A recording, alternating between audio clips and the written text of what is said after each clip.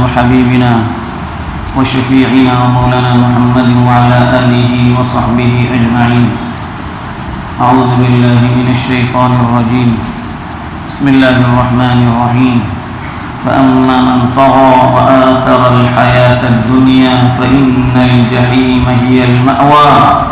وأما من خاف مقام ربه ونهى النفس عن الهوى فإن الجنة هي المأوى.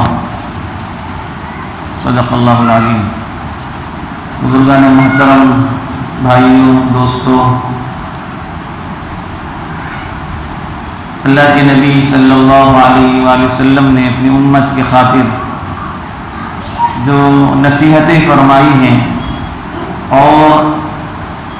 اپنی امت کو جن چیزوں کی وصیت کی ہے، اس میں سے ایک اہم ترین وصیت کا ذکر اس وقت آپ کے سامنے کرنا مقصود ہے. امام دارقطنی رحمۃ اللہ علیہ نے اور دوسرے محدثین نے ایک حدیث اپنی کتابوں میں نقل کی ہے جس کو حضرت ثعلبہ خشنی رضی اللہ عنہ نے، ابو ثعلبہ خشنی رضی اللہ عنہ نے نقل فرمائی ہے. اور روایت یوں ہے کہ اللہ کے نبی صلی اللہ علیہ وآلہ وسلم کا ارشاد ہے، آپ نے فرمایا ان اللہ فرض فرائض فلا تضيعوها. اللہ تعالیٰ نے کچھ فرائض تمہارے اوپر عائد کیے ہیں، چنانچہ ان فرائض کے سلسلے میں کوتاہی نہ برتنا، اسے ضائع مت کرنا. وحد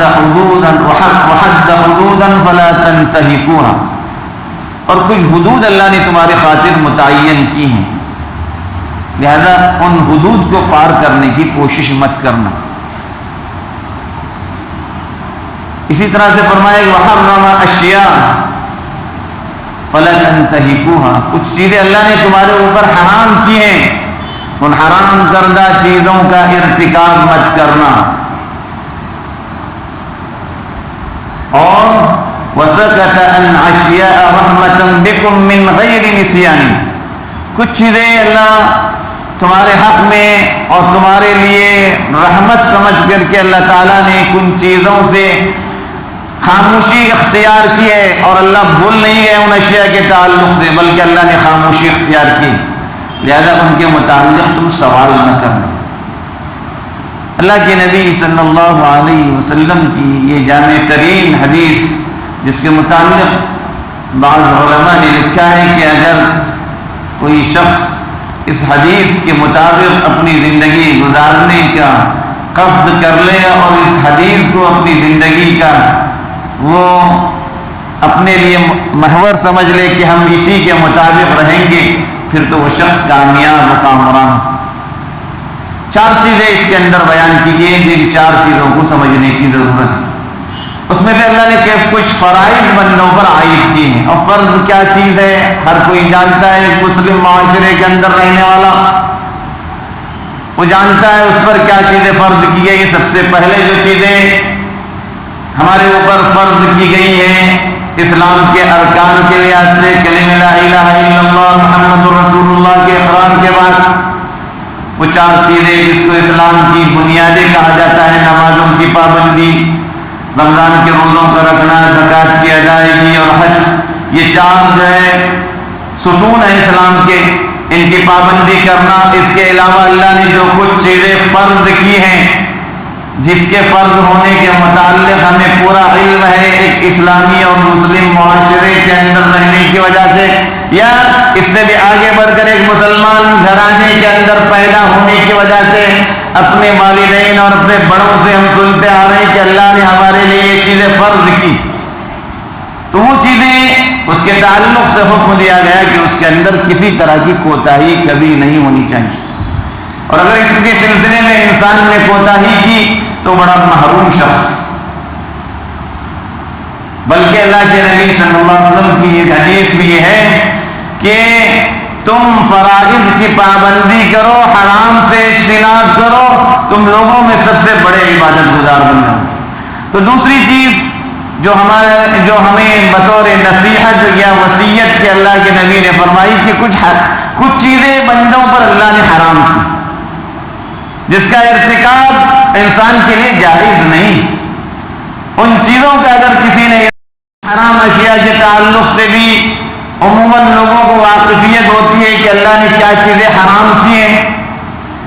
اور اگر اس کو معلوم نہیں ہے تو اس کی ذمہ داری ہوتی ہے مسلمان ہونے کے لحاظ سے کہ وہ اس کو معلوم کرے کہ اللہ نے ہمارے لیے کون کون سی چیزیں حرام کی۔ چنانچہ جس چیز کے تعلق سے ہمیں معلوم ہوا کہ یہ چیز حرام ہے، مومن کی ذمہ داری یہ ہے کہ اس کے قریب بھی نہ پھٹکے، اس کے ارتکاب سے وہ اجتناب کرے، اس کے قریب جانے سے وہ بچا رہے۔ تیسری چیز جس کے متعلق فرمایا، کچھ اللہ نے حدود متعین کی ہیں، جیسے انسان اپنے باغ کے لیے کچھ حدود متعین کرتا ہے،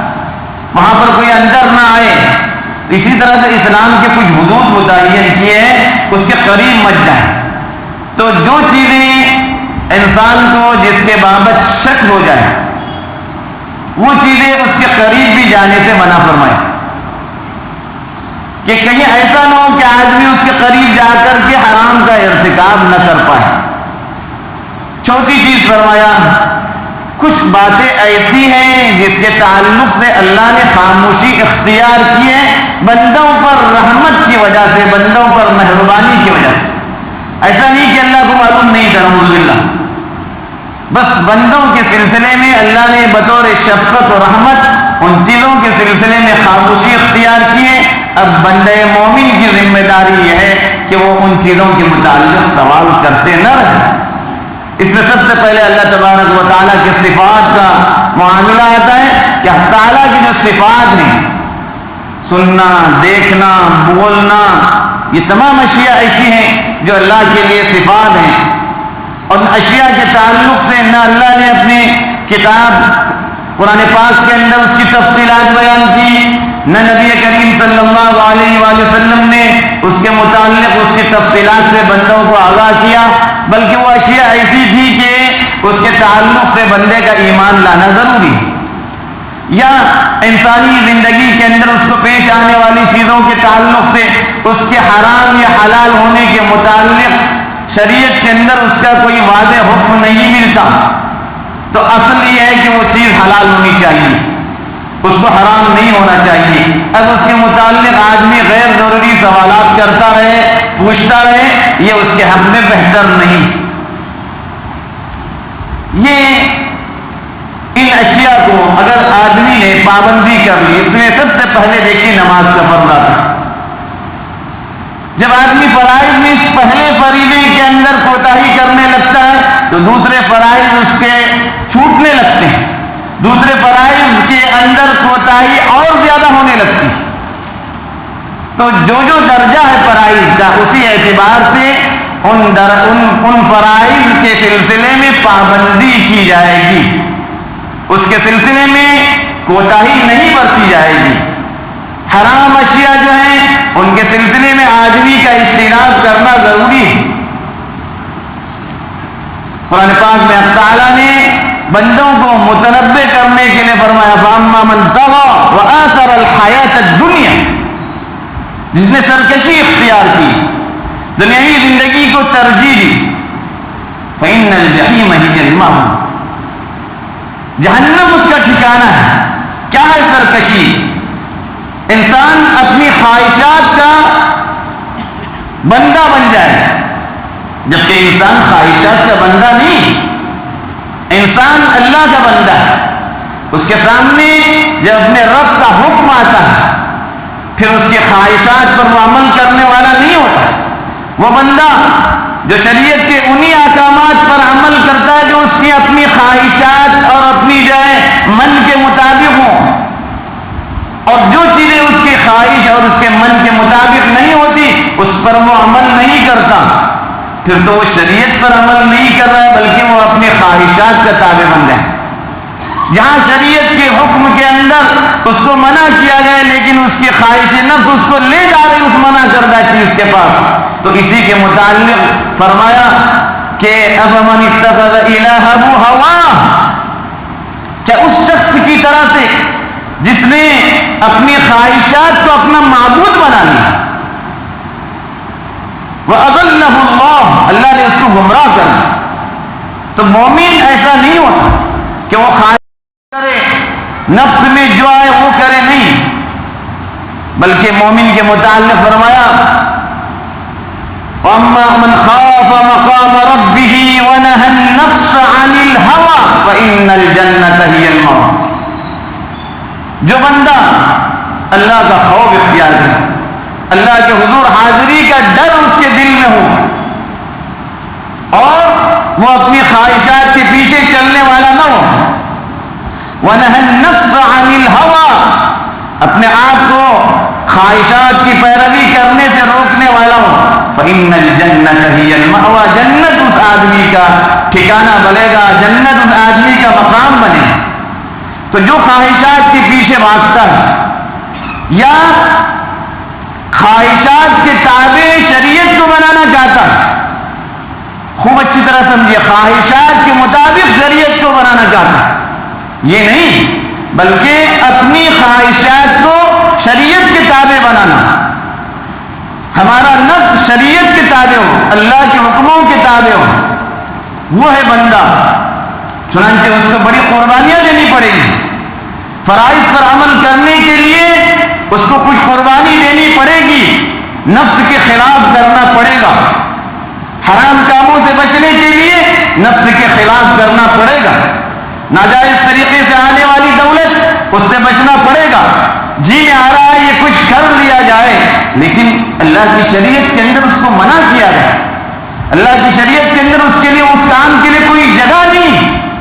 پھر بھی وہ کس لیے کرتا ہے کہ اس کی خواہش اس کو اس کام کی طرف لے جا رہی ہے، پھر تو وہ نفس کا بندہ ہوا، اللہ کا بندہ نہیں ہوا۔ ہم سب اللہ کے بندے ہیں، اللہ کے حکم کے تابع ہیں، اللہ کے نبی کی لائی ہوئی شریعت کے پابند ہیں۔ اگر ہم نے یہ سمجھ لیا، اس کے مطابق زندگی گزار لی، پھر تو کامیابی ہی کامیابی ہے، اور اللہ حفاظت فرمائے کوئی اس کے خلاف چلا گیا پھر تو اس کے لیے ناکامی مقدر ہے۔ اللہ تعالیٰ ہم سبوں کو ان باتوں کی صحیح سمجھ عطا فرمائے، ہم سبوں کو زندگی بھر ایمان پر سلامت رکھے، ایمان کے مطابق ہمیں زندگی گزارنے کی توفیق عطا فرمائے، ایمان پر ہم سبوں کو اپنے وقت پر خاتمہ نصیب